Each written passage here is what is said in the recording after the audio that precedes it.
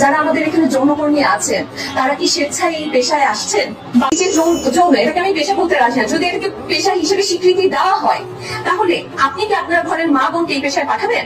আপনার পরিবারে আপনার স্বামী আপনার ছেলে এই পেশা গ্রহণের জন্য সেই নারীদের কাছে যাচ্ছে, সেটাকে আপনি মেনে নিবেন? যারা আমাদের এখানে যৌনকর্মী আছেন তারা কি স্বেচ্ছায় এই পেশায় আসছেন? বাংলাদেশের দৌলতদিয়ার দিকে তাকান। দৌলতদিয়া যে যৌনপল্লী রয়েছে সেখানে হাজারে হাজারে কর্মী রয়েছে যারা এই যৌন পেশার সাথে সংযুক্ত। এবার তারা এখানে কিভাবে আসছে? বেশিরভাগ প্রতিবেদনই উঠে এসেছে তাদেরকে হয় মানব পাচারের মাধ্যমে এখানে নিয়ে আসা হয়েছে, নয়তো প্রেমিকের মাধ্যমে প্রতারণার শিকার হয়ে তারা এসেছে, নয়তো তাদেরকে চাকরির প্রলোভন দেখিয়ে এই পেশায় নিযুক্ত করা হয়েছে। যারা কিশোরী যারা আসছেন এবং শিশু বয়সে যারা আসছেন তাদের গড় বয়স থাকে 14-র কাছাকাছি।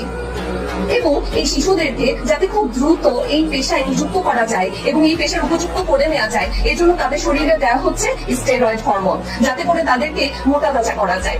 তো দিন শেষে আমি শুধু এটাই বলতে পারি যে এই যে নারীর উপরে যে সহিংসতা, এটা শুধু পুঁজিবাদী এবং অন্যান্য পুঁজিবাদীদের জাস্ট নারীদের ভোগ করার একটা মাধ্যম হিসেবে তুলে ধরা হয়েছে, আর কিছু নয়।